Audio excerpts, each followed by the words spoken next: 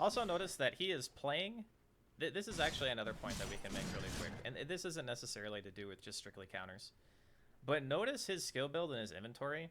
And notice how he's playing the game. He's not going to team fights. His team walked right next to him and smoked. And he said, I don't have reincarn. I don't have an item to fight with. I'm just not going to fight.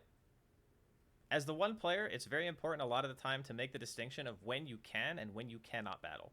And the easiest way to do that is to look at your skill build and look at your items and ask yourself, does it make sense if I go to a team fight with no reincarnation into their triangle and no other item in my inventory besides Midas Treads? The conclusion that you're going to come to is most likely, no, it doesn't make sense. If he had reincarn, he might have gone in the smoke. That is a possibility. But his gameplay is a reflection of the things that he has in his inventory and the way he's allocated his skill points. I don't know why, but a lot of 1s, 2s, 3s, these types of players, they will build items and then play completely contradictory to what their inventory is saying that they should be doing.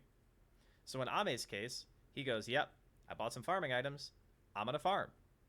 Now his team's okay with that. They're off making moves on the map. They get a couple of kills. Ends up being a trade. But the important thing to note here is that the place that Ame is occupying on the map is still an advantage. And even though he is farming, he's still applying counter pressure because he can go bottom. He can summon skeletons. He can push the wave.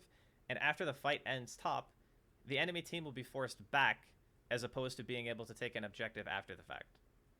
So he's still using his time efficiently, and he's still farming in what you would call an aggressive manner because he's taking the enemy jungle farm and he's very close to being able to rotate the bottom.